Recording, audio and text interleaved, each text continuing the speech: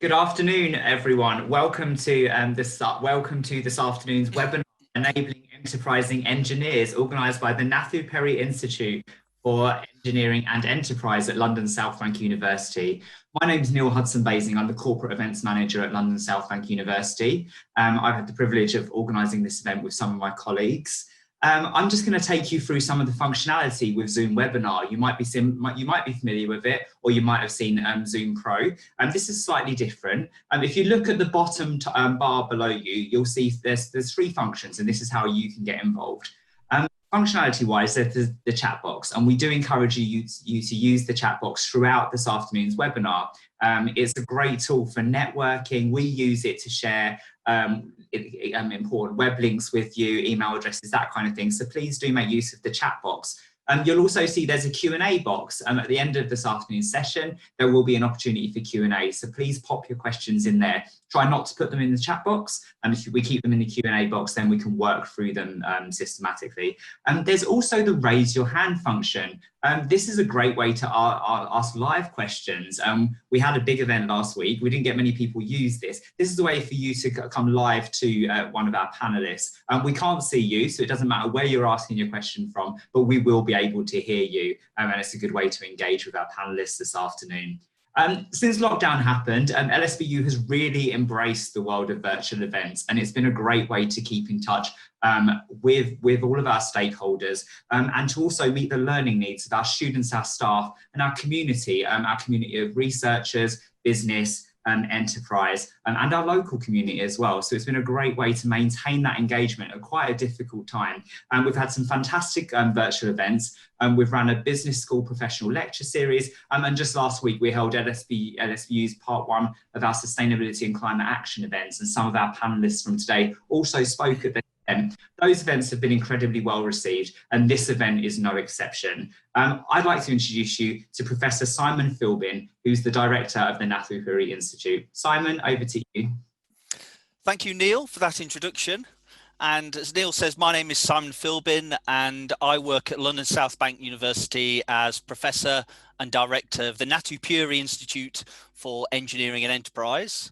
I'd like to welcome you all to this webinar that we have on enabling enterprising engineers. We had a significant number of people registered. I think it was over 100 from a number of countries across the world.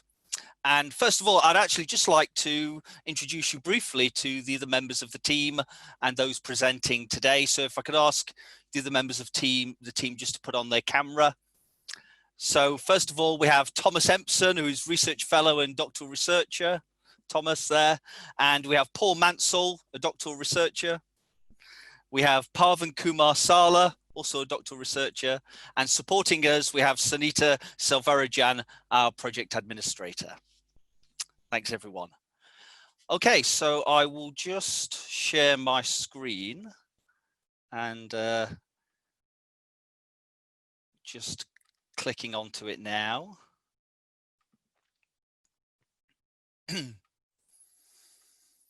Hopefully that's coming up. I could ask the other panelists just to mute. I think we're doing that at this stage. And hopefully you can all see my screen now. So yes, delighted to welcome you all to this webinar. And as mentioned, I'm the director of the Nathu Puri Institute. I also currently serve as the president of the American Society for Engineering Management as well. In terms of the introduction then to the webinar, we've designed it to provide all the attendees, hopefully with an improved understanding of why engineers need to be more enterprising. And when we say engineering and enterprise, we're actually taking a broad view on this. So we're including innovation, technology entrepreneurship, a development of new technologies, being creative engineering, new forms of project management, and also in the context of sustainable engineering. So that's the first one, improved understanding of engineers, how they can become more enterprising.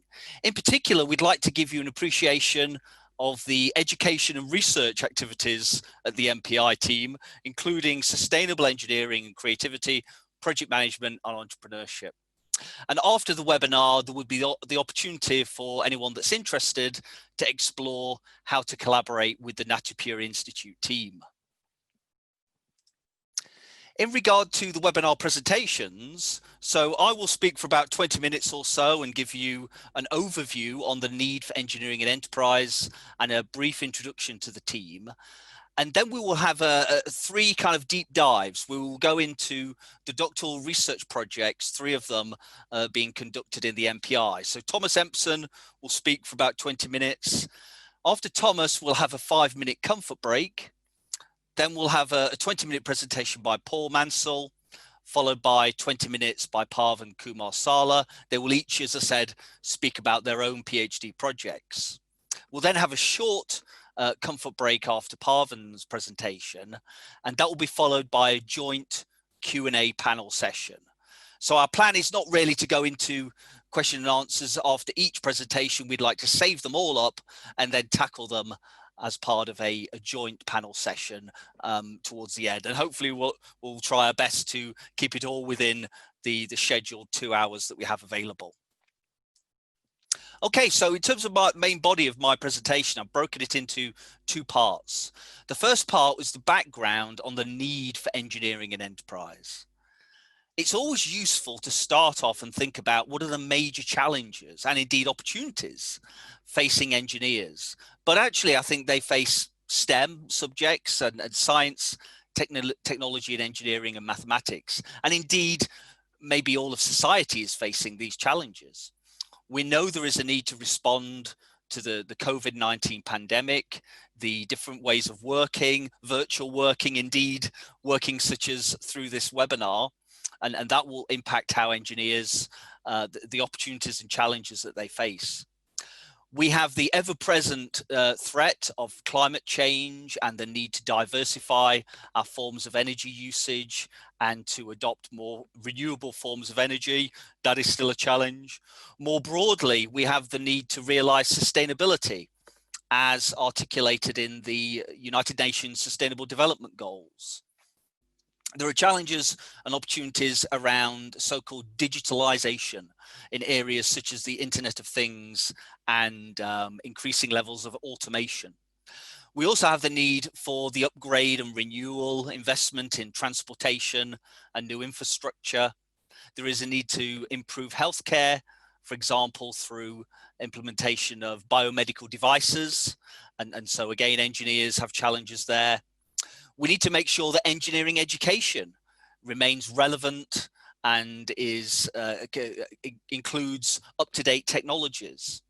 And we should, of course, maintain a focus to ensure that we have diversity and inclusion both within university settings and within industry and the workplace. So I'd like to just dig into a couple of these areas briefly. People talk about Industry 4.0 as the so-called 4th industrial revolution associated with digital transformation, where IT is being linked to operational technology to create a so-called cyber-physical environment. And there are 3 examples here associated with digitalization, which has been set up now in a number of high value manufacturing areas, such as automotive manufacturing. So digitalization is occurring there. We're seeing autonomous mobile robots, for example, in warehouses and again in factories. And other forms of technology, such as developing a digital twin to allow real-time simulation of an asset or a system. Industry 4.0 is actually a collection of technologies associated with automation and distributed computing. They all provide opportunities, but certainly challenges, and opportunities to be enterprising. I mentioned about climate change and energy. We know that the burning of fossil fuels releasing carbon dioxide is resulting in an increase in the global temperature. Steps are being taken to address this, but there is still a lot of work to do. Development of new technologies, hydrogen fuel cell powered buses, different forms of renewable energy. So a lot of challenges there, a lot of scope for engineers and other STEM and scientists and the like to be enterprising in how technologies are developed. In terms of actually developing a technology then, it's possible to think about this in terms of the so-called TRL scale, the technology readiness level scale, where the low numbers represent the basic research, fundamental research. The mid-levels are around product development, and the higher TRL is where a new technology, whether it's from a healthcare, environmental, energy, a new technology is put into operational system. In regard to the funding of these kinds of technologies, it's possible that public sector funding is available for the low TRL. With the high TRL closer to the market, closer to the operational system, private sector funding can be available, for example, through startups. But it's often kind of described that there's a so-called valley of death in the middle.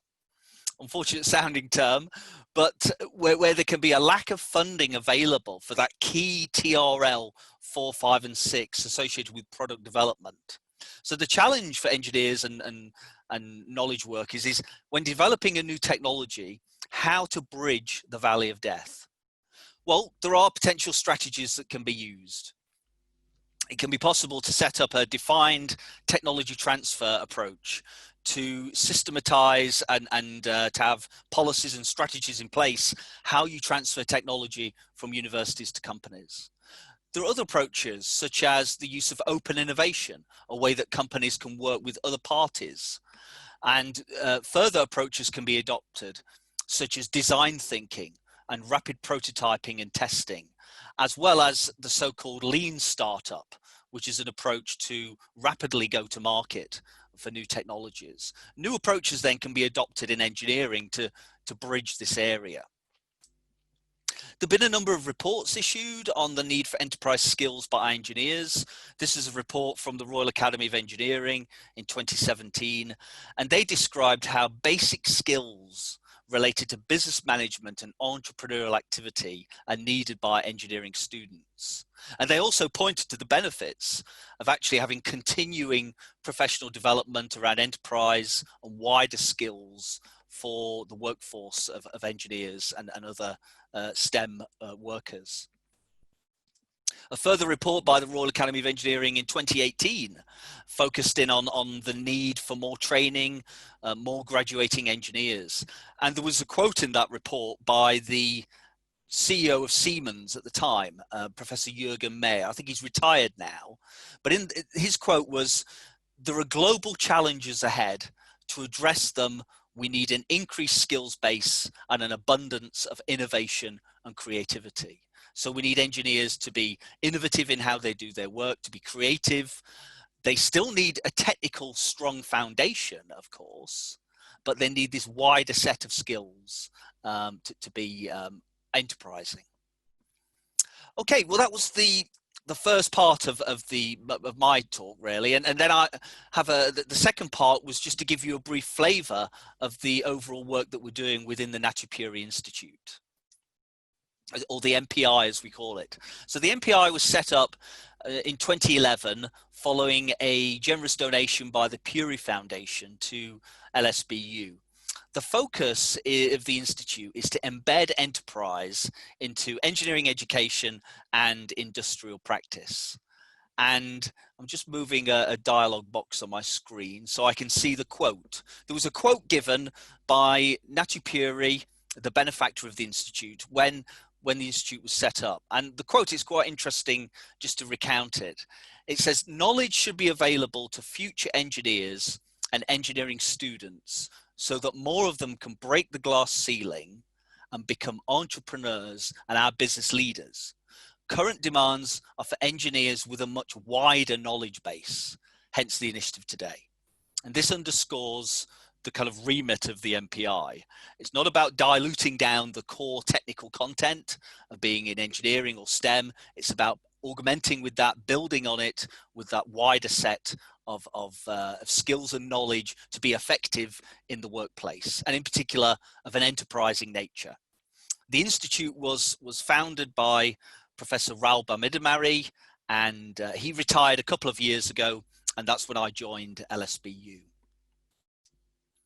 We can think about the career life cycle of an engineer in terms of different stages. Before they start their university, they may have an interest in engineering at the school level. Then they'll go on to university or maybe an apprenticeship, and then they will have their career, early, mid, and late stages. At different times in their career, they may have a strong or lesser need for the technical engineering knowledge, the blue there. And then in the green, as they progress into general management, they will need associated knowledge and skills there. But what we're focusing on is the red bar, how engineers can benefit from having access to that enterprise knowledge and skills across those areas in the box there. That's the area that we're really focusing on. This is an organization structure of the team. So I head up the team. We have visiting researchers from time to time. As mentioned, we have Thomas, Paul, Parvan, and Sunita in the core team. And then we have some academic staff affiliated with the unit as well. In regard to the research themes, we've grouped these in terms of 4 main areas. There is the broader area of enterprise and engineering, including creativity and new forms of project management. There is entrepreneurship for engineers, specifically looking at new venture creation, startups, tech startups. There is technology development and innovation, understanding the characteristics of emerging technologies and innovation. And there's also engineering education, and explicitly how can we embed enterprise into engineering education. So I briefly put up there the summary of the doctoral research projects, and we'll be hearing more from Thomas and Paul and Parvan coming up in the presentations. Also to highlight that we recently had a visiting researcher with the team for 6 months. This was Clarissa Rocha from the Pontifical Catholic University of Paraná in Brazil. And Clarissa is been working with us on research to understand the influence of open innovation on industrial, on the digital transformation process conducted by both Brazilian and UK manufacturing firms. So that would be more on our kind of innovation kind of areas of interest. But we conduct other research as well. So we recently carried out some studies looking at the properties of emerging kind of green energy research. So we've looked at the adoption of electric vehicles, as well as the case of carbon capture and storage. And in these cases, we conducted economic modeling, and we also assessed the characteristics of the technologies as they are developing and being made available. In other research, we've conducted a preliminary study with colleagues from America, from East Carolina University and West Virginia University, where we reviewed a number of reports from US and UK professional societies. So from the Royal Academy of Engineering, for example, in the UK, and the National Academy of Engineering in the US. The focus was really to home in on best practice in how engineering education, skills development, and industry alignment. How can we ensure that there is a continuing alignment between engineering education and the skills that are being developed with industrial drivers? And we tried to identify best practice in this area and some of the findings. In addition to the research, we also carry out some education activities. And one of these is the delivery of the Technology Evaluation and Commercialization module, or TECH module. This is based on the TECH algorithm, an approach originally developed by North Carolina State University. Within the module, over 13 weeks, the students work in teams. And initially, they review 10 breakthrough technologies that are published every year by the MIT. And then in a structured way, they break that down to reduce it to 4 and then to 1. And they then have to develop basically a business plan for a high-tech startup company. And it's very much an experiential learning journey. They go through all the steps that you would need to if you were launching a startup. We don't actually need them to launch it, but they still have to go through all those steps. That's one of our modules. We also deliver a module where it's called the Technical research and professional skills module to provide master's level students with research skills as well as broader professional skills in project management, in professional ethics, in technical report writing and presenting. And that really plays to this requirement of the broader skills base. Last year, we launched a new online course, and this was with the Institution of Engineering and Technology, the IET, called Entrepreneurial Skills for Engineers. Quite a comprehensive course, and it really provides, there are 10 units which cover a range of different areas to help engineers as a part of their entrepreneurial journey, from developing a new idea through to a new product, a new business area, potentially a new startup, and that is available through the IET Academy. So last couple of slides from myself. Whoops, I think I just went too far there. But I think this slide, I just wanted to flash up that we currently have a special issue that it's in the journal Sustainability, and we're looking for submissions to the journal. This is in the area of driving sustainability through engineering management and systems engineering. So sustainability is one of our key areas that we're looking at in regard to enterprise and engineering management. So if people are interested in submitting a paper to this special issue, please do consider that, or if you want more details, feel free to let me know. And my final slide, I just wanted to put up as well that we, a couple of months ago, we issued an annual report which covers in a lot more detail the work that we did in 2019. And this annual report is available for download from our website. So I think that's all of my presentation slides.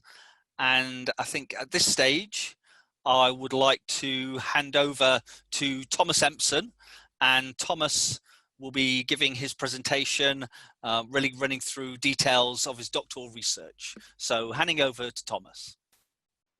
Brilliant. Thank you very much, Simon. Hello, everyone. Thank you for joining us today. So, yeah, my name is Thomas Empson, and I am hopefully 2 months away from finishing my PhD. I'm just in the very stressful write-up stage, pulling together a 60,000 word thesis. So this is a very welcome break from that, actually, to talk to people about my research. The title of my PhD currently is Creative Engineering for a Sustainable Future. As well as being a doctoral researcher for MPI, one day a week, I'm also Sustainability Project Manager for London South Bank University, and have been really fortunate enough to work on some great projects. And to give credit to my supervisory board for the PhD, so my Director of Studies is Professor Shushma Patel, who's based here at London South Bank University, and my second supervisor is Professor Shannon Chance from University College London and Technical University Dublin, and they've really been instrumental in guiding me on the PhD journey. So as I said, the working title for my PhD is Creative Engineering for a Sustainable Future. I was equally motivated and horrified and wanted to be part of the solution of how we can turn a linear approach to production and development into a much more sustainable pathway forward, and doing lots of research and understanding that there is a legacy of engineering, industrial development that has had some really detrimental impact on our planet, and we can really quantify and understand the data now, looking back at what was achieved, to what extent or what cost that came out. And equally motivated by the idea of Industry 4.0, and that if we can get our understanding of what is creative towards sustainable development at the front end of Industry 4.0, then we can design a way forward. And failure to do that could mean that Industry 4.0 only deepens and widens the ecological challenges and crises that we face. So as I mentioned, there's looking back and doing the literature review and understanding all of the positive things that engineering, the built environment has brought to some of humanity.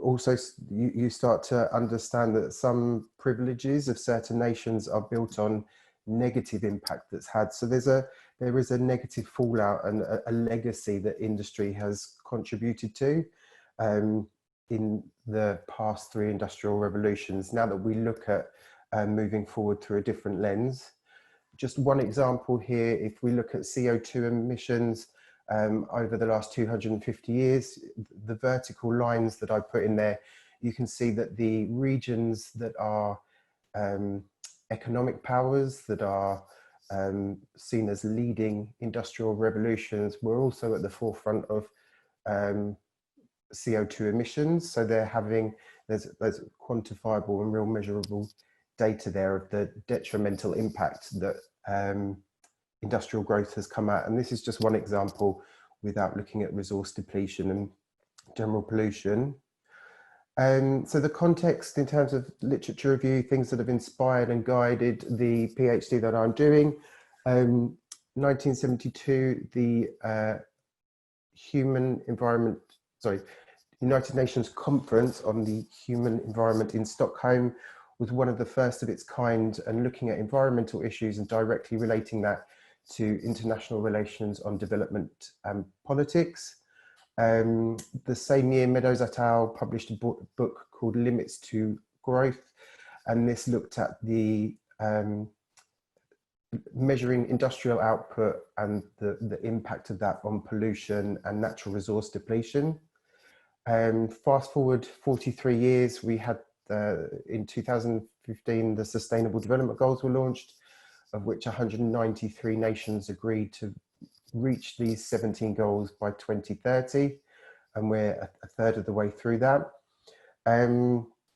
Industry 4.0, as I said, this Industry 4.0 has huge potential to help us change these climate and ecological crises, or they have the very real risk of heightening the risk if they're not part of the solution.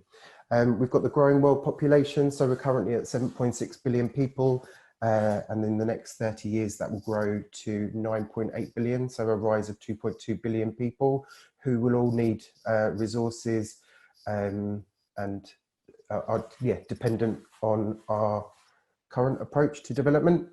In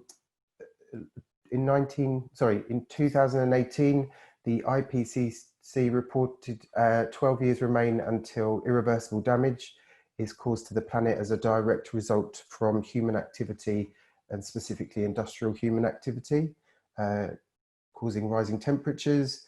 We're consuming 1.7 planets worth of natural resources, so that's the speed at which the planet can replenish that which we use. And some nations are using resources at a much greater speed than others. And last year, on the reporting of the SDG, for me, really interestingly, that we could start to see the mapping of privileges in more developed nations and the negative fallout impact that that's having on developing nations, especially around things like climate and resource depletion. So developed nations are having much more detrimental impact, and I shall show some examples of that. So the sort of scholarly and philosophical movement that I'm using is called post-normal times. This was a term coined by Sadar in 2010, and he defined creativity as, post-normal times as complex, chaotic, and full of contradictions. And then Monzuri in the same year developed a paper talking about post-normal creativity and its need to be measured based on its contextual nature, how collaborative it is, and how complex. And just to illustrate, sort of, when you think about contradictions, we know that in the last 100 years, there is a man-made island that is 3 times the size of France, called the Great Pacific Garbage Patch. And that's from our single-use, heavy reliant use on plastic. Yet you can walk 2 minutes up the road and go to a supermarket and it feels like 95% of stuff is still in single-use plastic that is non-recyclable. You've got people taking to the streets in protests, from Black Lives Matter to Extinction Rebellion to the Yellow Umbrella in Hong Kong, civil unrest in Chile. People are taking to the streets because they're desperately upset with the way our leaders are seeming to take us forward. And the third picture is just about the disparity of wealth. So last year, Oxfam reported that the 27 richest people in the world had more wealth than 50% of the global population. So 27 people had the same wealth as 3.8 billion people. And that just is chaotic. So moving forward, understanding that there are things that we would have called creative in the past, they've helped some of us move forward. They've brought us creative artifacts, if you will, but going forward within the context of today and the climate and ecological crisis, we need to judge creativity in a very different way.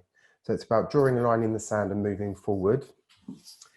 My thesis looks at how we should measure post-normal creativity, and that it should be based on its positive social. Just to go back, where I'd got to is showing that this is a tool that any organisation, project, or even nation can use, where they're looking to plot the SDGs, where they're looking to focus their creative efforts. My PhD used a case study methodology and a triangulation mixed method. Phase 1 measured the pressure, purpose, and impact of a product, and I shall explain those definitions shortly. Phase 2 looked to quantify people, process, purpose, and impact. And phase 3 looked to qualify people, process, purpose, pressure, and impact. So the points of measure, I followed Rhodes' 1987 definition of what creativity was made up of, and they were a combination of people, process, product, and pressure.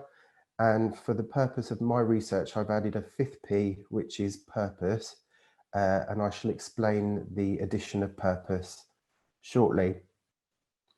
The product that I looked to measure creativity of was the Kachambala Maternity Unit, which is in Uganda, and it was a unit that was designed to reduce maternal and infant death rates in a region where they were very high and above the United Nations minimum standards.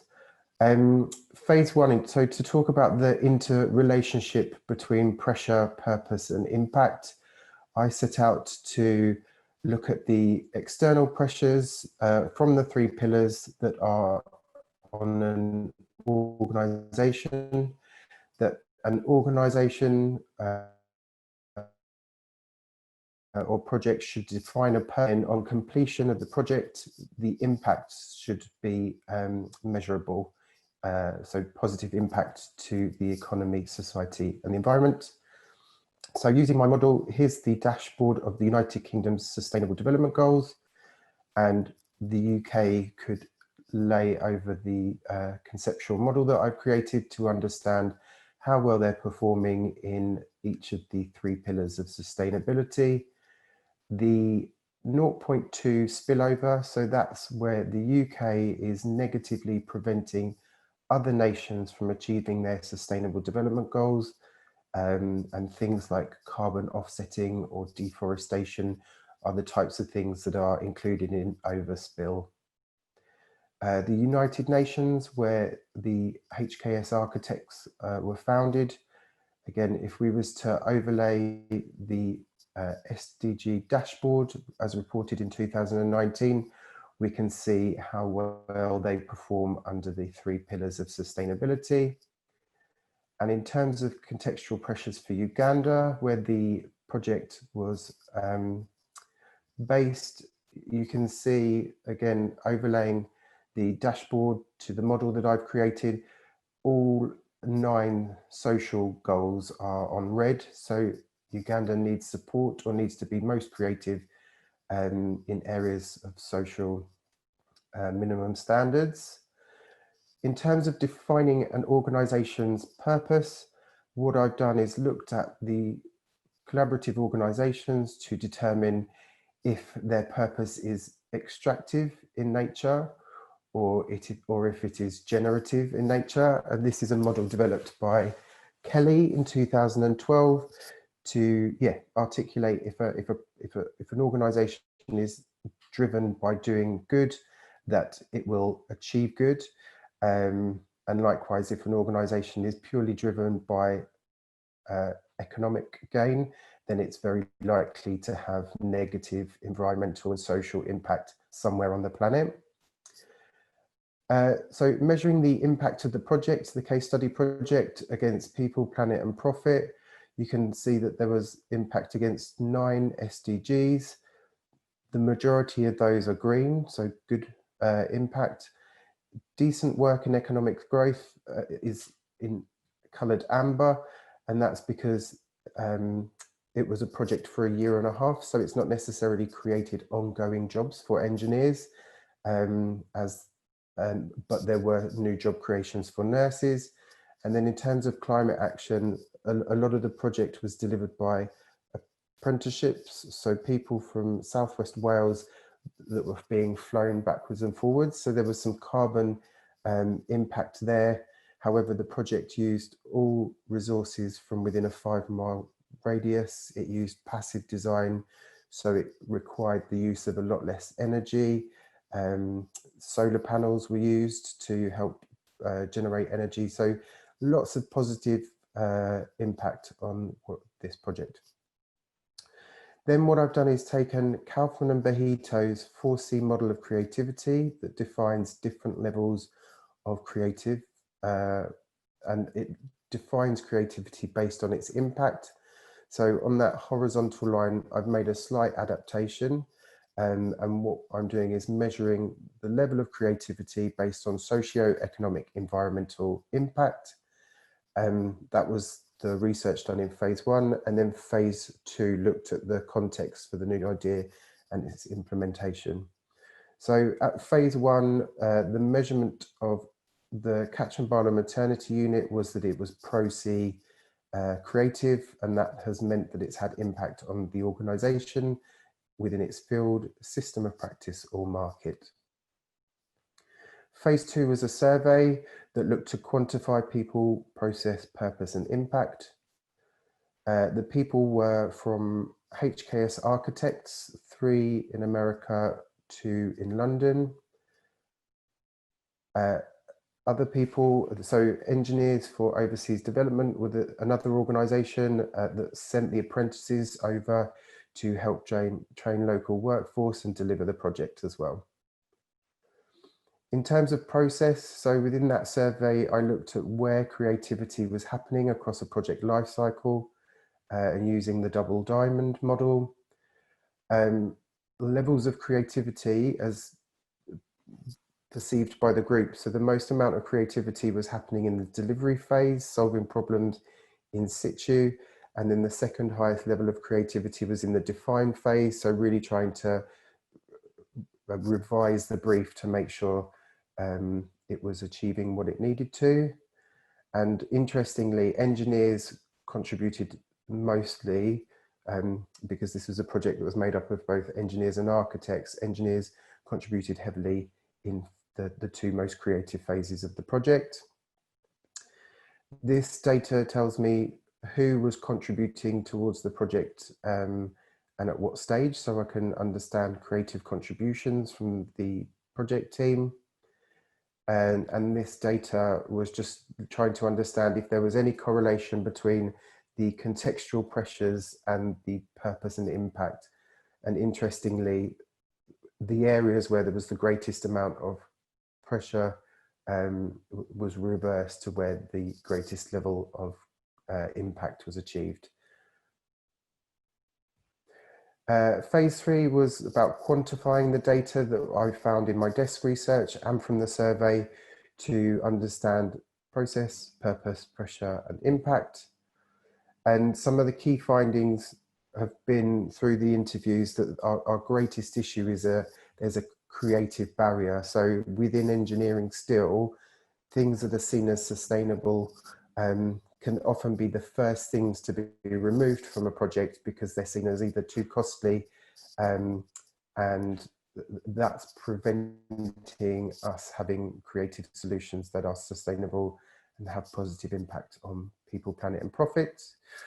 So my sort of message going forward, and hopefully even despite the technical glitch I've managed to keep on time, is within your schools, within project works, within your organization, challenge what is creative and ask for the measurement of impact to society, the economy and the environment to be a measurement factor in all projects. We need to break through this cultural barrier into post-normal times if we are to truly move into a new paradigm where we can work and have this approach to sustainable development. And this is another adaptation of the model. So we need to start calling people out when something is presented as creative, yet it's having negative impact on somewhere, you know, a group of people somewhere in the world, on part of our planet, on the economy. We need to call that out as uncreative because that is preventing us moving forward. And that's it from me. Again, this will be on YouTube, so you'll be able to keep in touch. And I'm going to hand, oh no, so now what we're going to have is a short comfort break. If I've eaten into that time, I do apologise.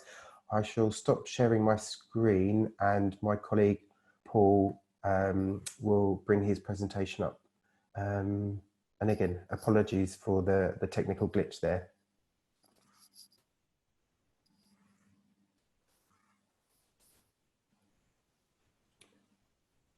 Thank you, everyone. We will just allow a couple of minutes to change over, and please feel free to take a quick comfort break. We'll be with you shortly. Thank you. Thank you.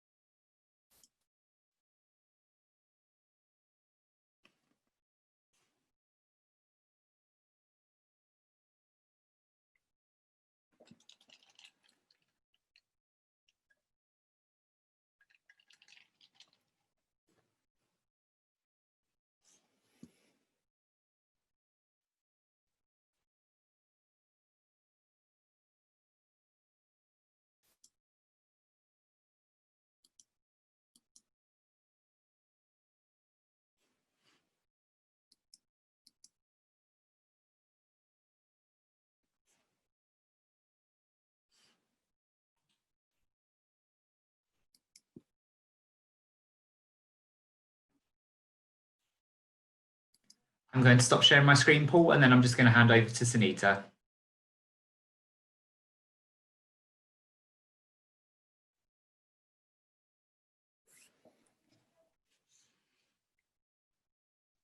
Sunita, are you going to come in now?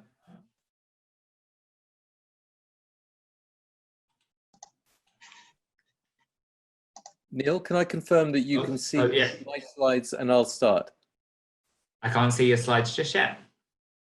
Okay, let me try again.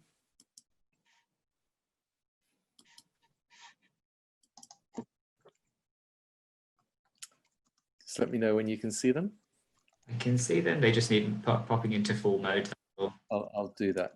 Great. Perfect. Cool. Thank you. Over to you. Fantastic. Look, thank you so much. What a privilege it is to be able to speak on an issue like this. And I'm very conscious that there are a lot of people out there listening to us who will know a lot more about this than myself. What I'm going to do is follow Thomas's excellent example by sharing where I am after 2.5 years of my PhD. And you can see by the title that it's all around the SDGs. And the title I'm using is Making the Hard Choices to Improve Planet, People and Profit, and a look at the UN Sustainable Development Goals for Engineers. So I started my journey a while ago, but there was an election going on in the States. And these are some of the amazing things that came out. On the 6th of November, 2012, there is this tweet, which is the concept of global warming was created by and for the Chinese in order to make US manufacturing non-competitive. And the tweets by the same person over the next 2 years included these that I've extracted from his tweets. So the real question for me is, how real is this issue? And I was really taken by this particular video that brings it alive.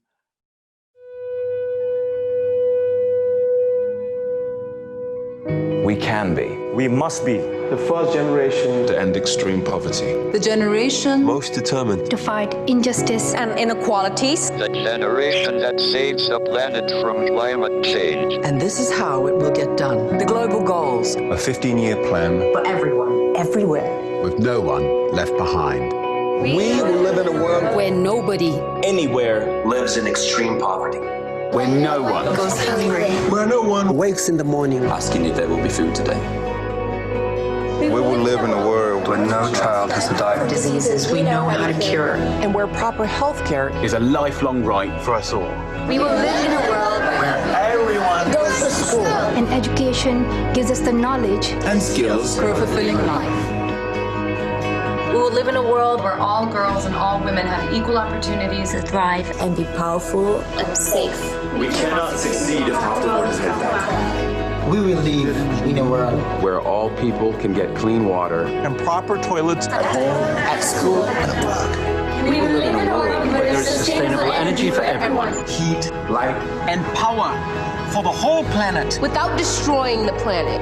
We will live in a world where economies prosper and new wealth Lead to decent jobs For everyone. And we will live in a world where our industry, our infrastructure and our Best innovations Are not just used to make money, but to make all our lives better. we will live in a world Where prejudices and extremes of inequality are defeated Inside our countries and between different countries. Where people live in cities and communities that are safe, progressive, And support everyone who lives there. where we replace what we consume. Planet where we put back What we take out of the earth. We live in a world that is decisively rolling back from climate change. where we restore and protect the life in our oceans and seas. restore and protect life on land. the forests, Animals. The earth itself. with peace between and inside countries. where all governments are open. An answer to us for what they do at home and abroad. and the justice rules. With everyone equal before the law. Where all countries and we their people Work together. and partnerships of all kinds To make these goals a reality.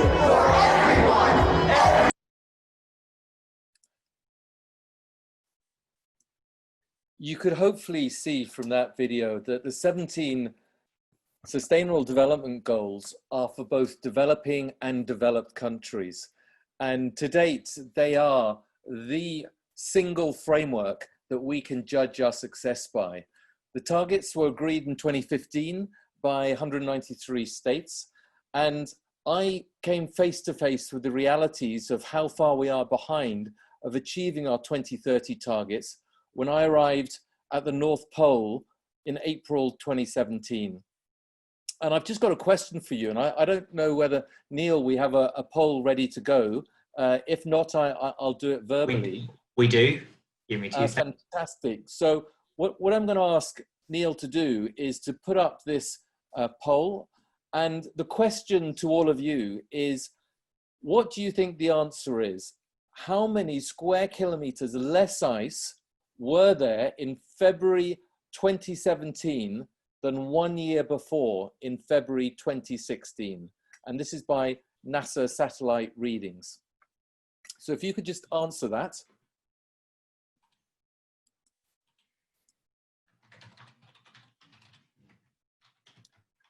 And what would be great, Neil? Sure. If you could give us a sense of what the answers were. Well, we're just a little, there's the votes are coming in. So far, answer C is the most popular. We've got 10 people. We'll allow a few more moments just for people to vote. Just over 50% of people have voted so far. If you can keep those coming, everyone, that would be great. Just a few more moments.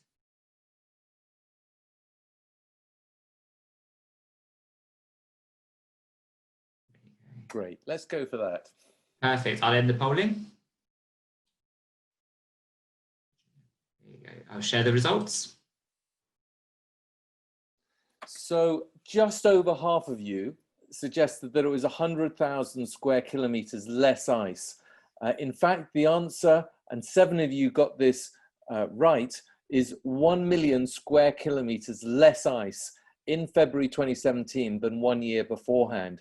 Now it does ebb and wane, it goes up and down depending on the year, but there is a very dramatic downward curve in terms of how much ice covering there is. And for the North Pole, this is not a question of raising sea levels, this is a question of having less ice to reflect the sunlight, therefore the sea, the oceans warming up quicker, and that affecting weather patterns. And that's one of our big issues of today. Thank you, Neil, for running that.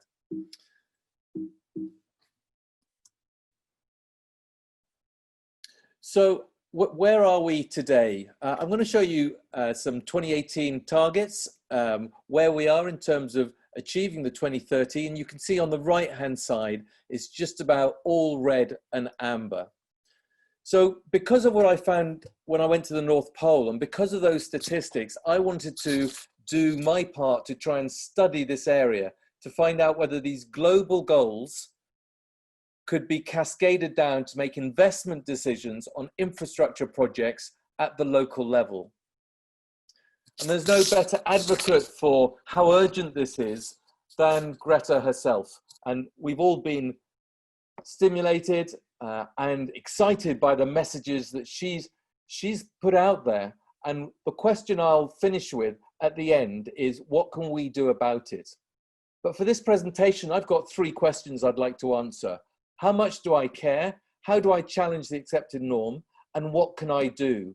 And this is the essence of what my PhD is. So the PhD recognizes that these are global goals set at national levels, but we do not have adequate frameworks to measure these at a business or project level. The reason why this is important in the construction sector is because so much of our investments to address the economic and other issues are around infrastructure projects. Therefore, are we choosing the right projects? The philosophical basis that I'm using for this is based on Baxkar's critical realism 3 levels. And I'm using the realist evaluation approach, which is context, mechanism, outcomes, essentially trying to understand the contextual situation of measuring SDG impacts on the mechanism, which is the measurement, and the outcomes. What are the impacts that are achieved? So the research is really in 6 parts. I've completed 6 of those. I'm in the final stage of writing it up. But just to follow those through, I started with a systematic literature review. I then did a survey of engineers, of 325 engineers. I did an interview of 1-to-1 40 CEOs and heads of sustainability.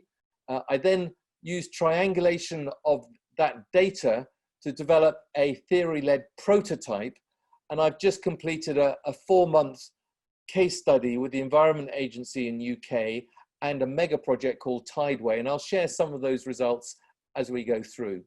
So in terms of the survey, there were 325 of them, and I'm going to give you a very quick insight into some of the findings. One of them is that 9 out of 10 wanted to do this better, and they considered it highly important to do so. The challenge was that only 1/3 of them believed that they had even adequate tools to be able to measure SDG impacts at a project level. So what's holding us back? And this was the 10th finding, and probably the most important for my subsequent research. They say success definition, and I'll talk a bit about that, business priorities, leadership, insufficient tools, and education. So I then went on to 40 one-to-one interviews with these organizations, and that provided me a very rich database from which to start developing a tool. But the tool, based on a concept and theory, was driven by some fundamental ideas around the theory of change. Some people call it a log frame. And there's no better person at explaining this than Bill Gates in his 2013 annual letter. And in it, his first paragraph refers to this amazing book by Will Rosen, The Most Powerful Idea in the World. And this book is about the Industrial Revolution. And the heart of it is around innovation. What innovations created such a quick change that had global impacts? And essentially, this is the process that they came out with. You need your innovation idea, you need a tool to measure that impact, and then assess your incremental design change to deliver that improvement. So what Bill Gates says for improving lives is set clear goals, find a measurement to drive progress towards that goal, and use a feedback loop. Now, the other part of my theory was trying to understand the triple bottom line. In other words, don't make investment decisions just on economic reasons, also use the environment and society.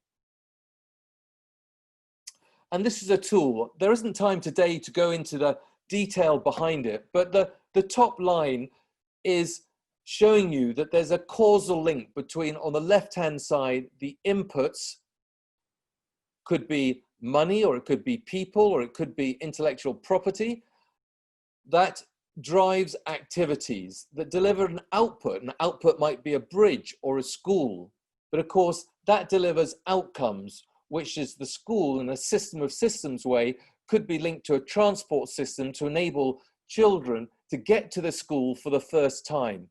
And the impacts in SDG terms could be that it enables economic progress, or it could be, in my visits to Kenya, seeing for the first time girls being able to go to school and achieve academic qualifications to give new opportunities for the future. So there was a methodology that I developed with the help of the UN Global Compact using their SDG compass. And I'm going to talk you through for the last few minutes around a case study I did with the Environment Agency and Tideway. The Environment Agency in UK are the UK government's agency that's responsible for flooding, for the health of our rivers, our water, our natural environment. And Tideway is a super sewer, single mega project, building the sewer through London to be able to achieve economic and health improvements. And lots of partners were involved in this part of my case study. So I'm just going to give you a couple of examples from the Environment Agency perspective. The first one is, how do you simplify the SDG framework? I mentioned before there's 17 goals and there are 169 targets, and beneath that there are, depending how you count them, between 232 and 244 indicators, and they keep getting changed anyway, finely tuned to be able to have a slightly different number from month to month. So you had to down select, and in the case of the Environment Agency, we down selected to just 4 goals they would track at a high level and just 4 key targets of the 169. And we believe that by walking before you run can enable you to build credibility in this area. The other area that we looked at with the Environment Agency was saying, how can we blend this SDG measurement with their existing business case decisions and their benefits management process, which are fundamental to any project selection. And this opened the door to allow us not to just bring in a brand new performance measurement framework, but blend it with what they were already doing. So I mentioned there was a second project, which is Tideway. It's a mega project. It's running through the middle of London. And this is a critical and technically very challenging infrastructure construction project. I'm really pleased to say that 2 days ago, they published publicly, so you can get to look at it, their annual report. And in publishing it, they recognized the work that the LSBU and MPI had done to be able to link their SDGs to the work that they're doing. And in the report, there's a lot of reference to SDGs now. And that gives an indication of how powerful this can be. And here are a couple of pages from that annual report that shows the way that they're linking many of their commitments for legacy ideas and legacy activities with the Sustainable Development Goals. And indeed, there's one quote from the chair of the Environment Agency, who I mentioned were a third partner in this case study work. And another graphical way of showing what Tideway was doing was showing the extent to which these two SDGs, number 6 in blue and number 11 in orange, were being impacted by their work. So my final slide is really a question to you, which is, what part can I play in shifting the dials? We're all asking this, and whether it's at home or whether it's at work, the question is, how can I make a difference as we go forward? So that's all from me. I'm now going to hand over to Pavan, who's going to give you some insights to his work on pivoting in an entrepreneurial world. So I'm going to stop sharing, and I will turn off my camera and let Pavan take the helm.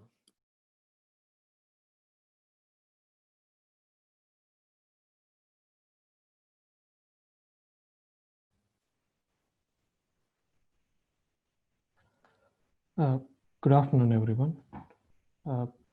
Thank you, Paul, for introducing me. I hope you guys can see my screen. I think this. Can you confirm me that my screen is visible?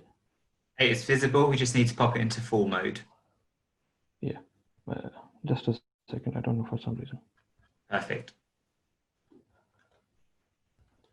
Yeah. Thank you, everyone. My name is Pavan. I'm a doctoral researcher from Nathu Puri Institute, and thank you once again, Paul, for introducing me. Just to start about today, we have heard about from Professor Simon about the importance of engineering in enterprise, and from my esteemed colleagues Thomas and Paul about importance of role of engineers in the role of creativity for the sustainable futures, SDGs, and their impact in the infrastructure. Now I'm going to discuss about entrepreneurial pivoting and impact of technology on it. This research is to help us to understand about how high-tech entrepreneur can improve the survivabilities of their tech startups and how they can remain competitive by harnessing the latest technologies. By the end of this presentation, we will know how the change of direction of a startup or a company can help them to face uncertain situations, like when the business model is not generating enough revenues to succeed, or when the marketing conditions has changed. So throughout my presentation, I'll cover through the following topics like entrepreneurship, the lean startup methodology, pivoting, and technology S-curve. So let's start with entrepreneurship first. The field of entrepreneurship is a multidimensional area of study, which is derived from many disciplinary areas.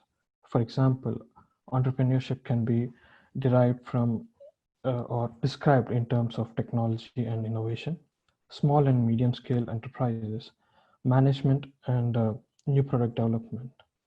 So the primary focus of entrepreneurship in the field of or the primary field in the primary focus in the field of entrepreneurship and its research is about creation. So we can describe it or define it as the creation of new enterprise. Now, entrepreneurship has different branches in itself, like social entrepreneurship, technology entrepreneurship, or sustainable entrepreneurship. And for our research, we are using the concept of technology entrepreneurship in order to understand more about entrepreneurial pivoting. So what is technology entrepreneurship? Technology entrepreneurship has been developed as a distinct stream of research at the nexus of entrepreneurship and the management of technology and innovation. It is defined as a recognition, creation, and exploitation or exploration of gathered resources, integrated them around a technological solution regardless to organization context. So there are three phases a tech entrepreneur goes through in his entrepreneurship life. It starts with formation, which is nothing but an entrepreneur tries to recognize the opportunity and gathers the resources. Exploitation is the second phase in the technological entrepreneurship, where entrepreneur develop strategies in order to convert that opportunity into a commercialized product or service.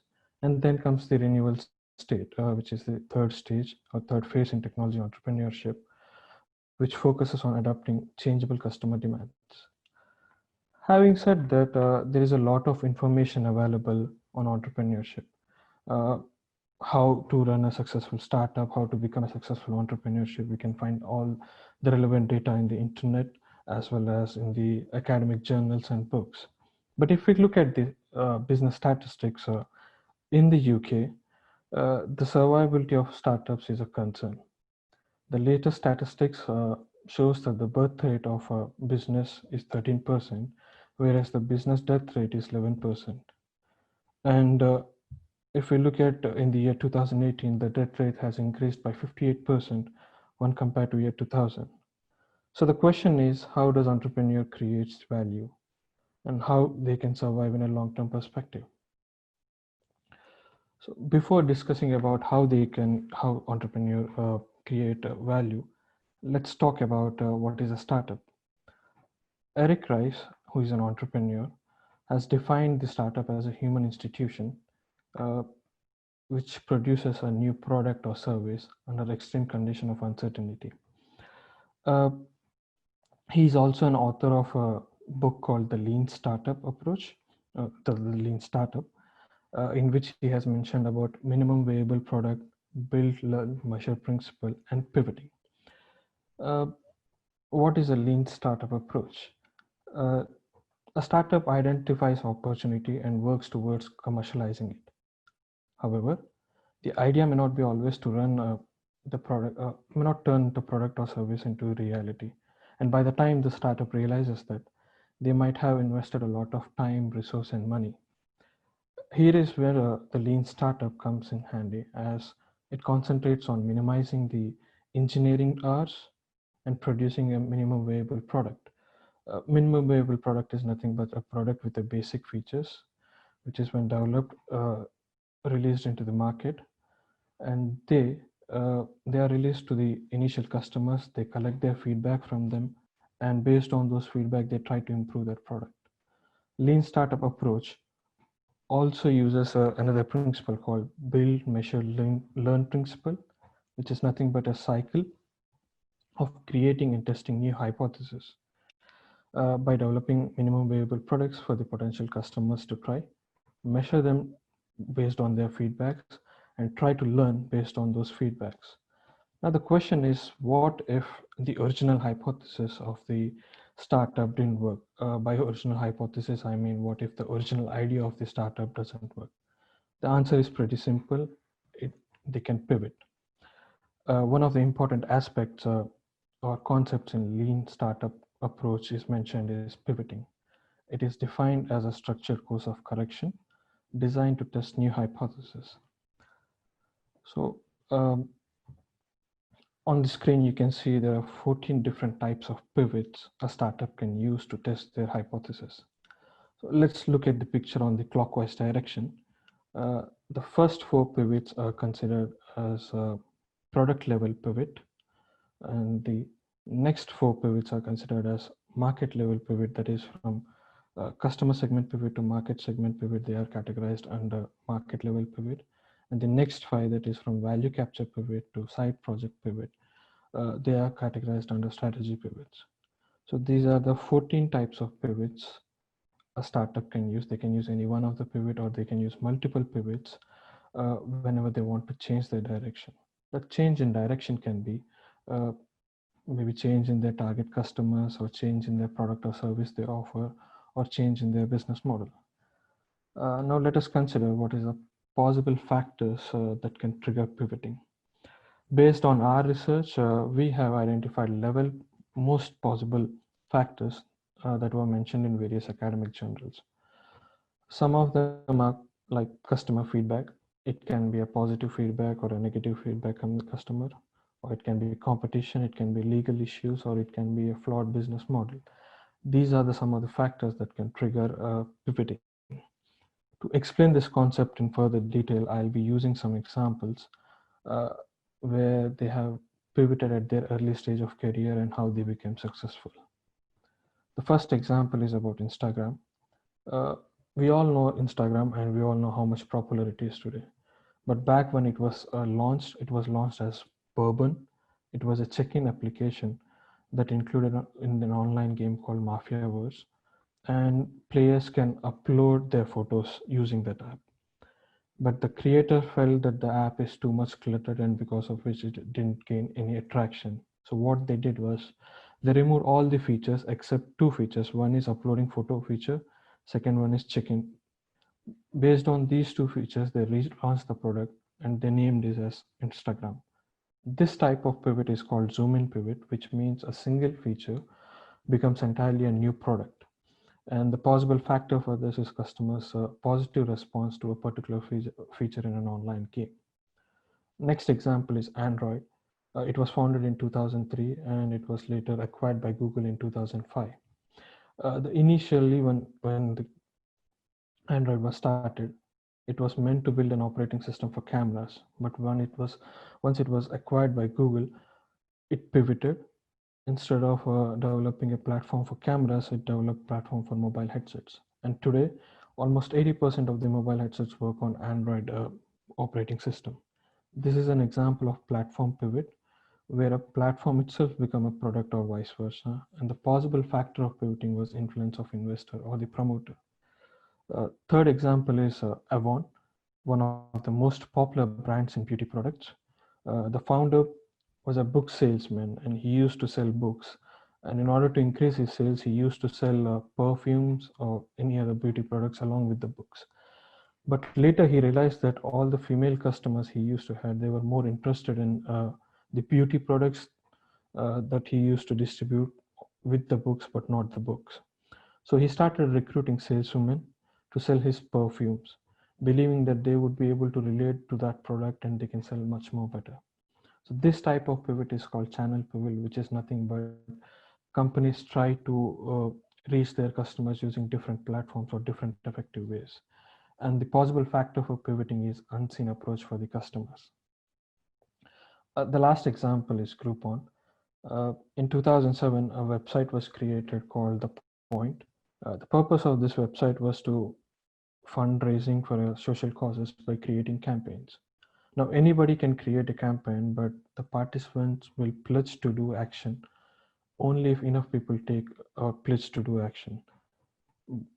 Despite of even raising the funds and all, The Point was not able to sustain in its business. And what the founders did was, in the next year, in the year 2008, they started a side project called Groupon, where they applied same concept in e-commerce, which would offer heavily discounted deals from local merchants with the help of local merchants, they used to give discounts for the customers, and the deal would be open or the coupon would be only available when the certain number of people would be ready to buy that coupon.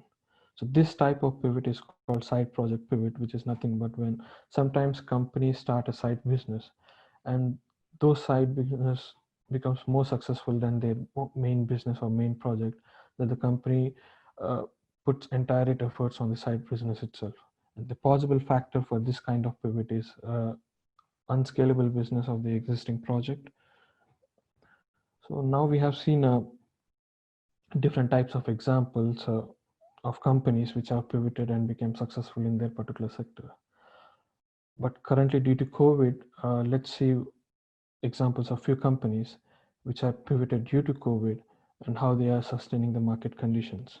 The first example is Encore. It is a marketplace for booking musicians for events. Now the company has pivoted. Now this is a marketplace for recording musical messages. They adopted value capture pivot. Company uses value capture pivot to change their way of monetization. And this will impact the value captured by the product, business, and the engine of growth. The factor is because of the change in market conditions, that is pandemic situations. And for the rest of the examples which I'm going to present in this slide, the factor would be remain same, that is the market condition. The second example is Hexagon, which was a chemical manufacturing startup, which used to create an anti-corrosion coating for the buildings. But due to COVID-19, it has pivoted and has started manufacturing sanitizers.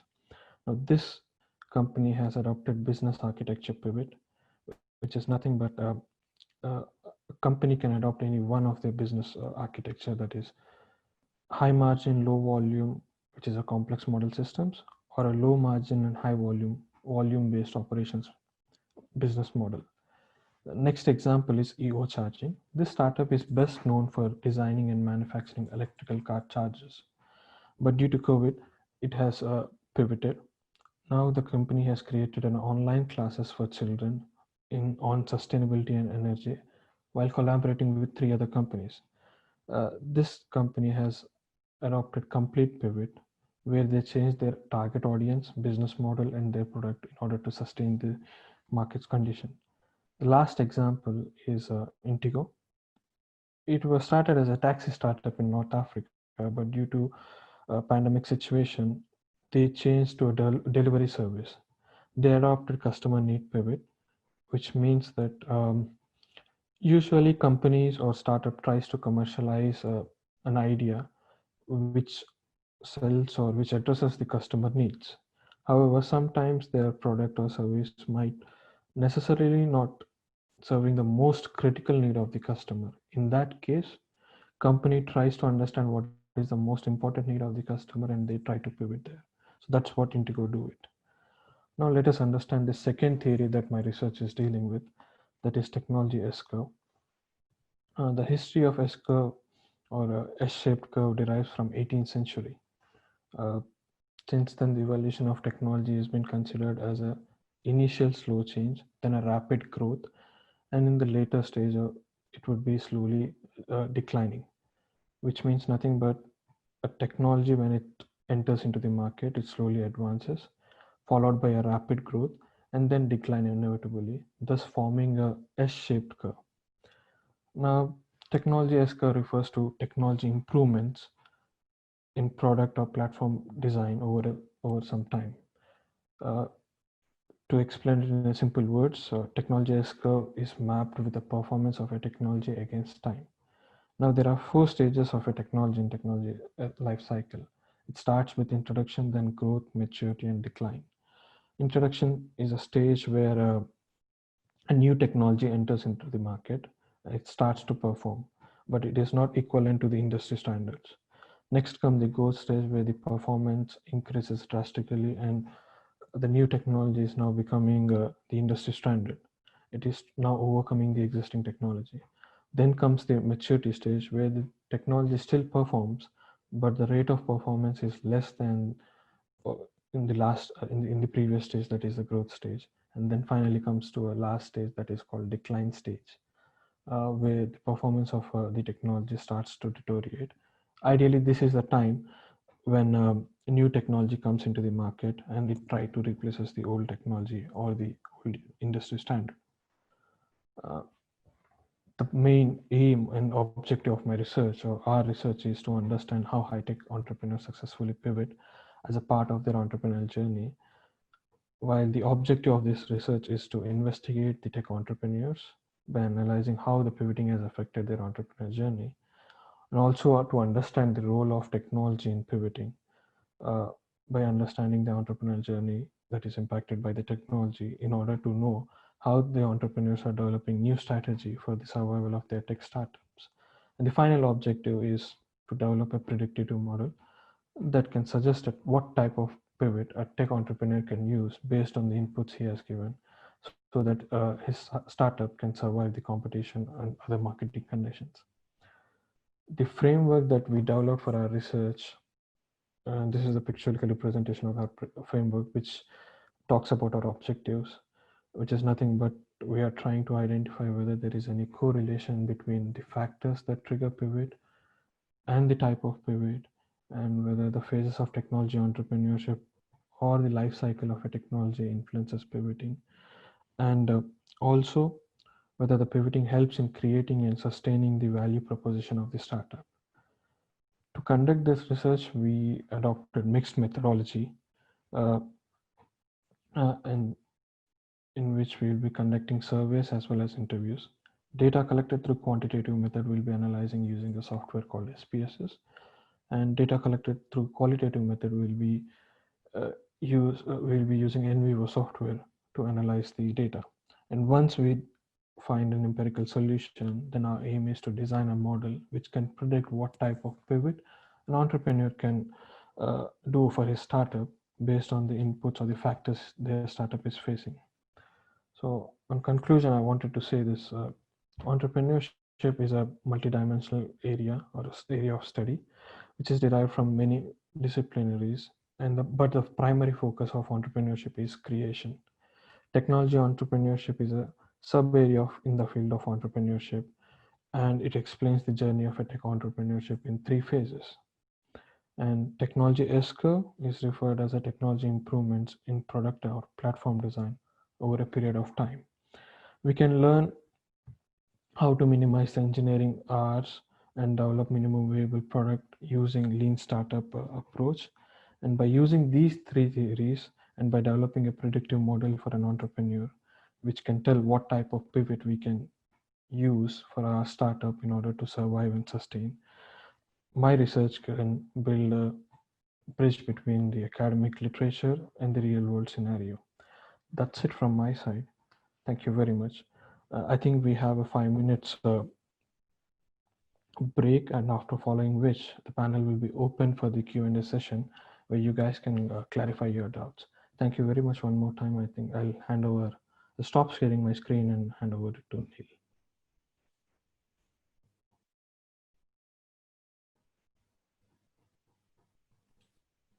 Thank you. As Pavan said, we'll just be off for a short comfort break. We'll be back in a few minutes where you'll have an opportunity to ask any questions for our panelists. Thank you.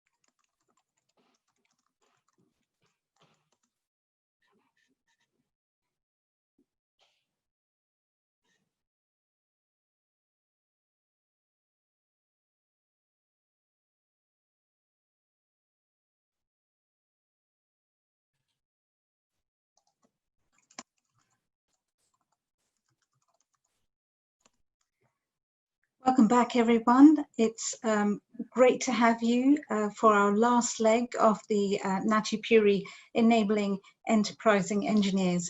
I hope you were suitably excited at the presentations that we gave today, giving you some insights into the importance of enabling enterprising engineers.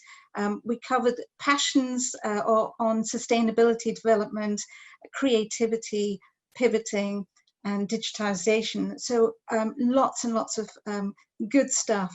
So we hope, as we introduce you to the next final session, the Q&A, we hope that you can use the Q&A function at the bottom of your screen in Zoom. You'll see that, or the chat function to send your questions to us.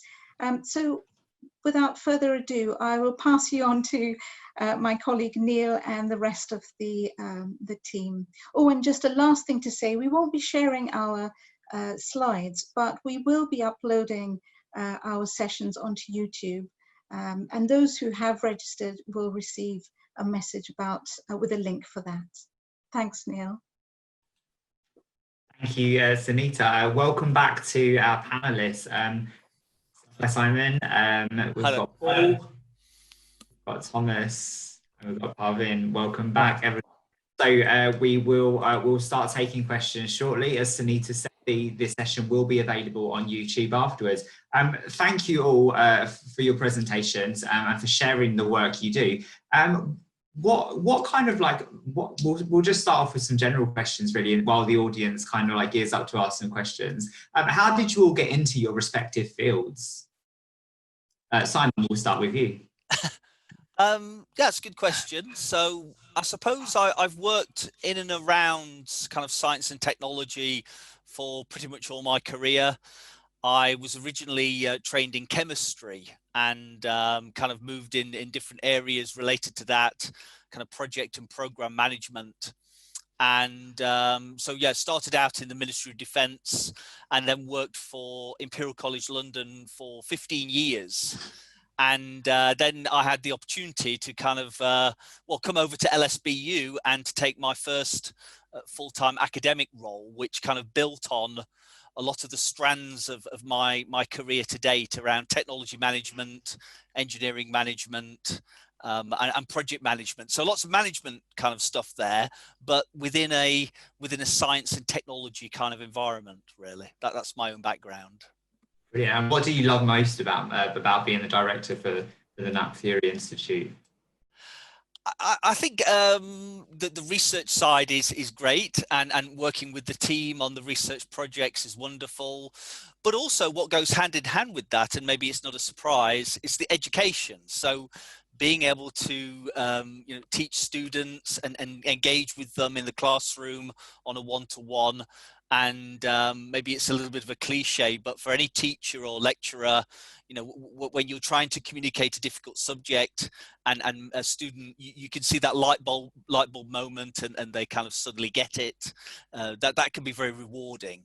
So doing the teaching at the master's level that I do, and then working with the team on the research initiatives, really is the ideal two components of the academic role, really, that I enjoy. Brilliant, thank you. Paul, over to you. How did you get to where you are now? So I had a background in project management and as a management consultant working for the UK government. And it was during that ski trip to the North Pole where I was caught in a Russian science base on the ice in that period I was there in April 2017. And I learned two things. Firstly, that you should never be caught on a Russian ice scientist base because they drink a lot of vodka. And secondly, how fragile our planet is. And I came back a changed person from that experience and thought I need to, in my own small way, try and learn more about it so that I can make a difference. Thank you. Parvin?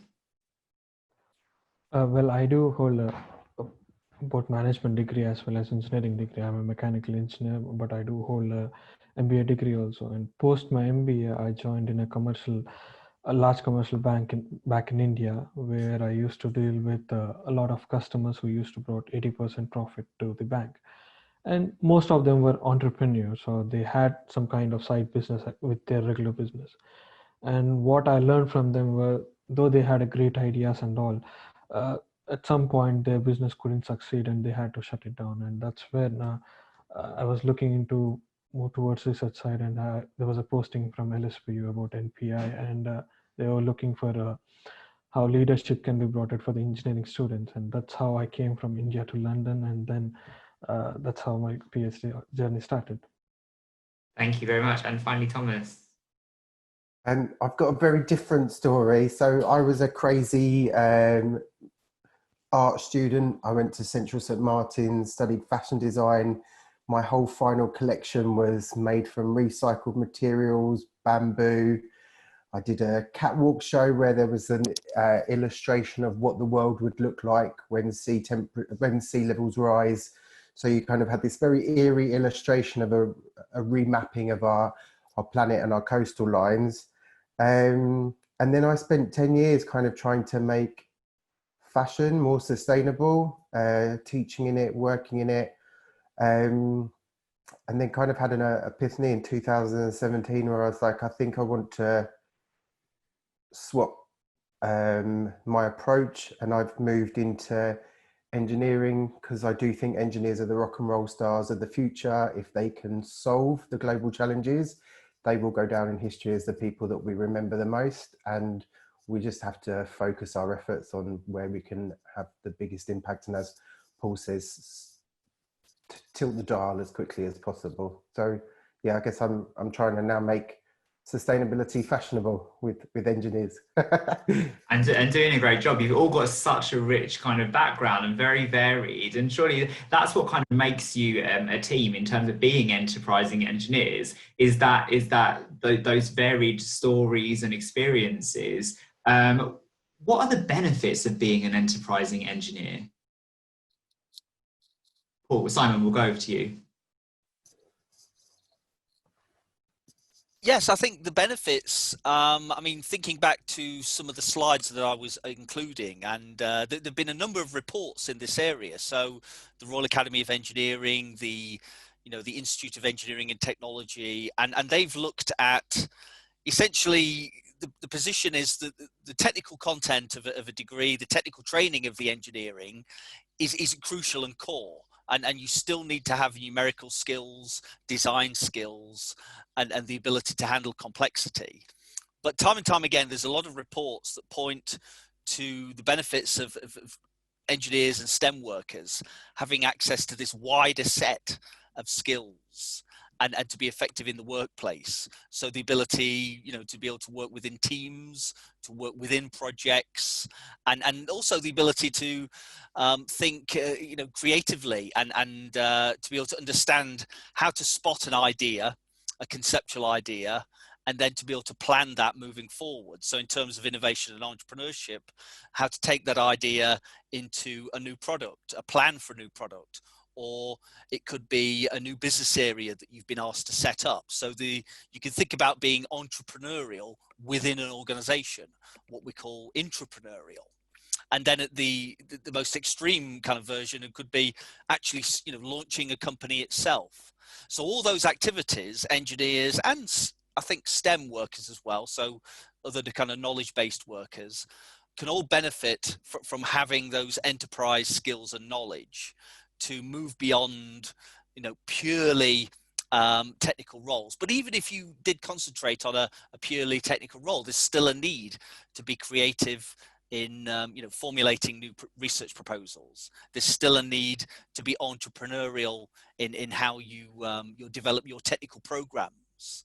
So the different dimensions about how being enterprising can be beneficial for individuals in their careers and different jobs that they move into, and benefit to their organization as well in terms of products and business areas and the like. Those skills of creativity and being enterprising and stuff, it's often overlooked in your kind of field. Paul, over to you for that question. So I love the link that a few of us are making, which is engineers and innovation can unlock these what seem like systemic grand challenges that are so overwhelming in size and nature and urgency. But there are so many ways where a change in mindset or a new innovation can suddenly unlock a door and allow things to change. And I love that that book by Will Rosson that Bill Gates talks about. And although he used them as metaphors, it's both people, but also the ideas those people come out with. And in that book, the idea is to think outside the box. And therefore, that's the ambition, I think, is for engineers, for their education and training and development is thinking outside the box. They've got very good technical skills, but how can they reach to completely different mediums? Maybe it's art, maybe it's music, whatever it is, to free the parts of the brain that are going to find these solutions. Thank you. And what, just off the back of that, Paul, what are some of the challenges that engineers face in trying to introduce sustainability? Just tapping into that answer. So some of the challenges are that if you look at a specific example like SDG 13 is climate change, and that is such a massive issue. So you then have to drill it down to what the specific targets are. So some of them are around carbon, and then we start coming down into, so what can we change in our personal lives as well as our business lives that can affect carbon change. So in UK, we have this target of 2050 being net zero, and there's so many ways you can do that, small and big. One is by using alternatives to concrete or less concrete. Another is sustainable materials like wood. How do you use that more effectively? Or as Thomas was talking about, it could be clothing. You know, it could be sustainable materials. So those are some. Thank you very much. Thomas and Pavan, I'm going to come over to you guys. How does someone go about becoming enterprising? It's a big word. And how do you make those first steps? Pavan, we'll come over to you first. Enterprising, in terms of enterprising, the most important thing that anybody needs to understand is the requirement of market. There have been instances where people have identified the product which is far ahead of its market, and the audience didn't accept it. So in terms of enterprise, and in terms, once you want to enter into the entrepreneurship or become an entrepreneur, what we must need to understand is what is the absolute need of the market, what is the customer requirement, and how my product or service or whatever we are going to offer through our startup or from us is going to solve it. So if this thing has been addressed, and I think entrepreneurship that's what the entrepreneurship is. It's about creation, and that creation needs to answer the requirement of the customer. Thank you very much. Thomas? Oh, you're on mute, Thomas. Mute. It happens at least once a session. It's all right. Me and technology are not getting on today. We'll have a row afterwards, though. Don't you worry. So interestingly, at Goldsmiths, my whole master's that I did was looking at different entrepreneurs from different cultural backgrounds to kind of understand. I fully agree with what Pavan's saying, that there is the element that you need to identify the market need. But what I found in comparing lots of different people was actually finding it within yourself. So you need to have sort of faith in yourself, build your social capital, have a network of people that you can support and who can support you back. And yeah, having the sort of gusto and determination. I've tried to be an entrepreneur twice. It's not in my wheelhouse. I'm very good at being an intrapreneur and working within a current system and building, proposals to get organizations to think in different ways. But yeah, I think that it's a lot to do with self-efficacy and having faith in yourself and the ability to do it. Yeah. Cool. Thank you. We've got some questions in the Q&A box, so we're just going to go over to those. Veronica would like to know how to include the local context in the measurement of innovation and entrepreneurship impact. It is necessary to contextualize the measurement. Simon? Yes, I've just been thinking about that one, the question from Veronica, and I suppose first of all then thinking about the measurement of innovation and entrepreneurship. Well, how would you tackle that? I mean, in terms of measuring innovation, you may think about measuring the volume or the level of technology which is being commercialized. And then in terms of the new product formation, the new product development, NPD, how many products are actually going through that innovation cycle or the funnel, kind of transitioning through the funnel. So yeah, broadly, you can think about how you would measure innovation, and then entrepreneurship, how would you measure that? Well, you could think about the number of startups, the volume or the level of capital investment into the startups, the level of startup activity.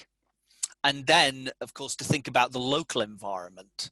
I think that is a valid point. I mean, there are certain areas where startup formation is more, the conditions are more supportive.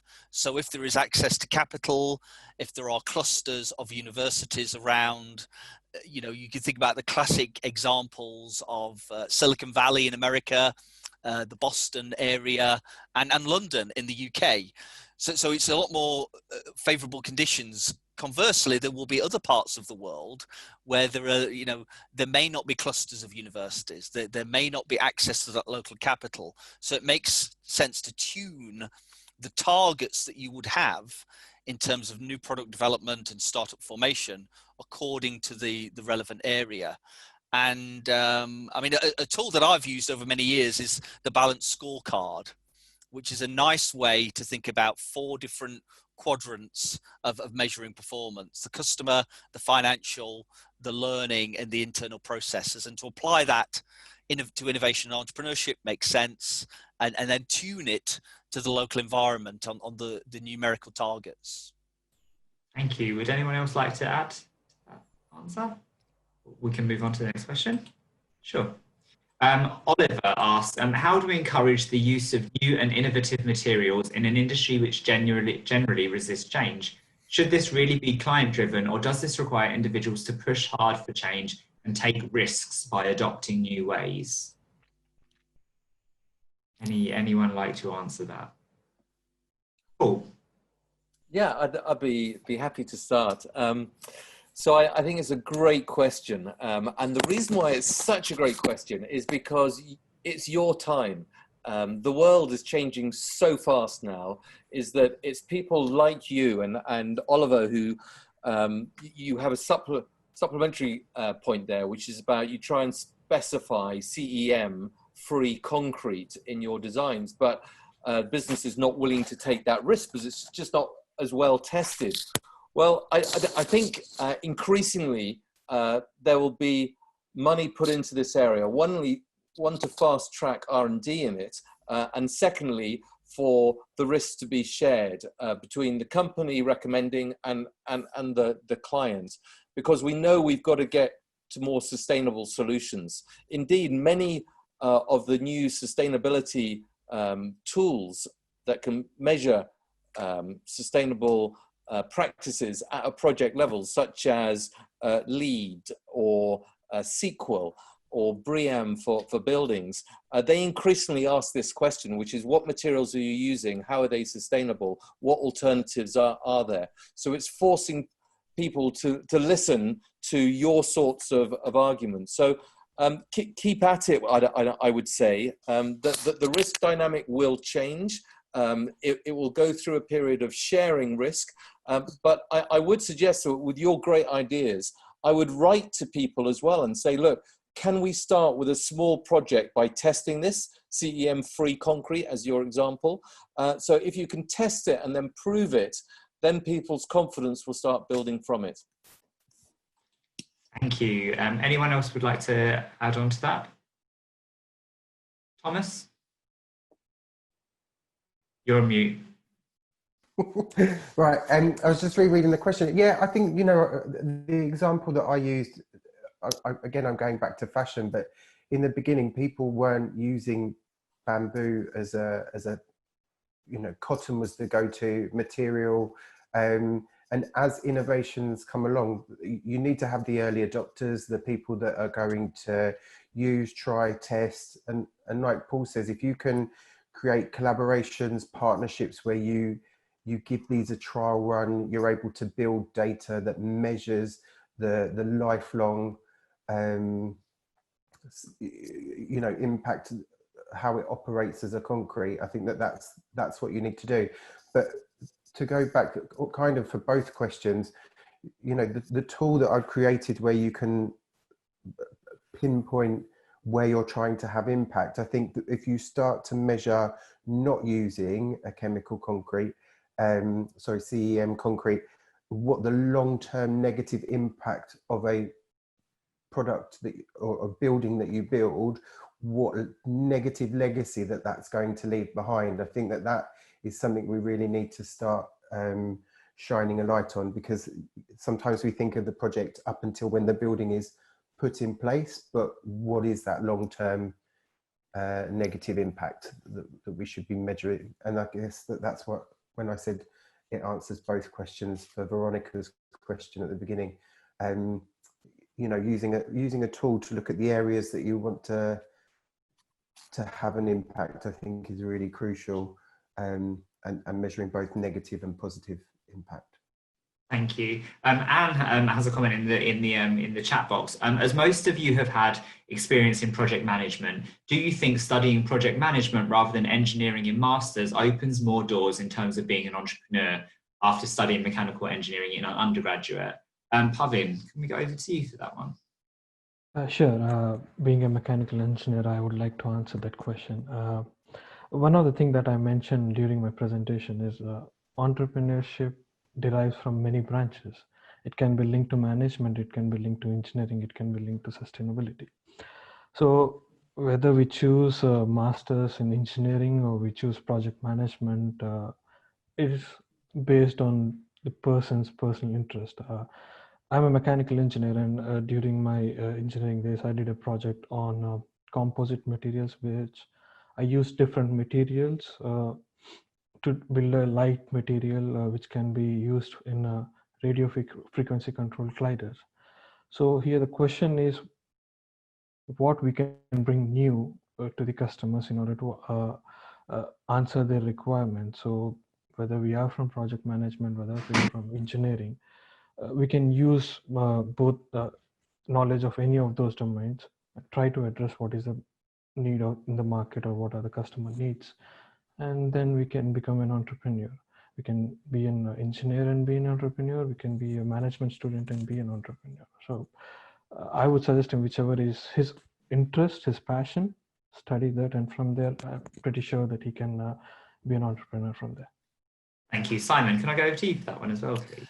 Yes, I'd just like to add in response to Anne's question there. So I would recommend engineering management. So I'm biased by being the president of the American Society for Engineering Management. But if somebody is looking to build on their technical education and then kind of broaden out their skills, engineering management is quite a good field, because it includes project management as well as, you know, innovation, managing technology, as well as some more kind of hard-edged engineering areas such as systems engineering and as well as financial engineering.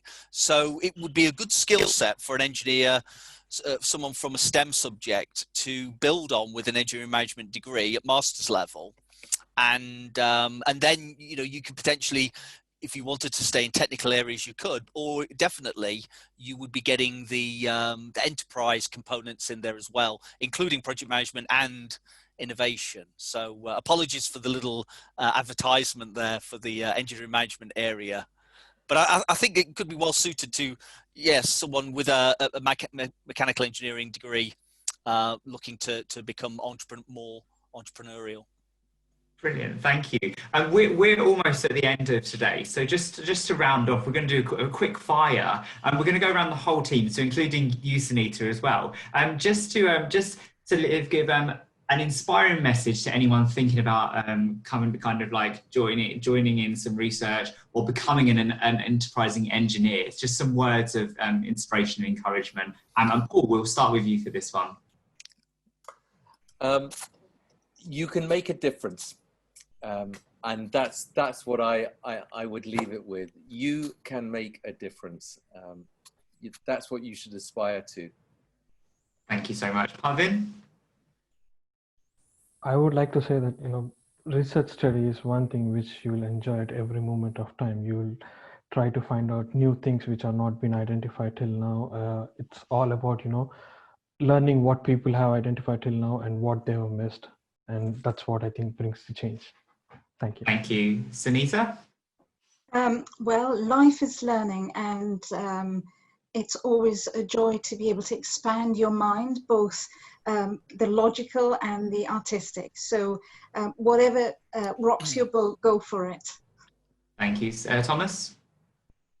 I was going to say the famous quote, which I think was Mahatma Gandhi, be the change that you want to see in the world. Although there is disagreement on who originally come up with the quote.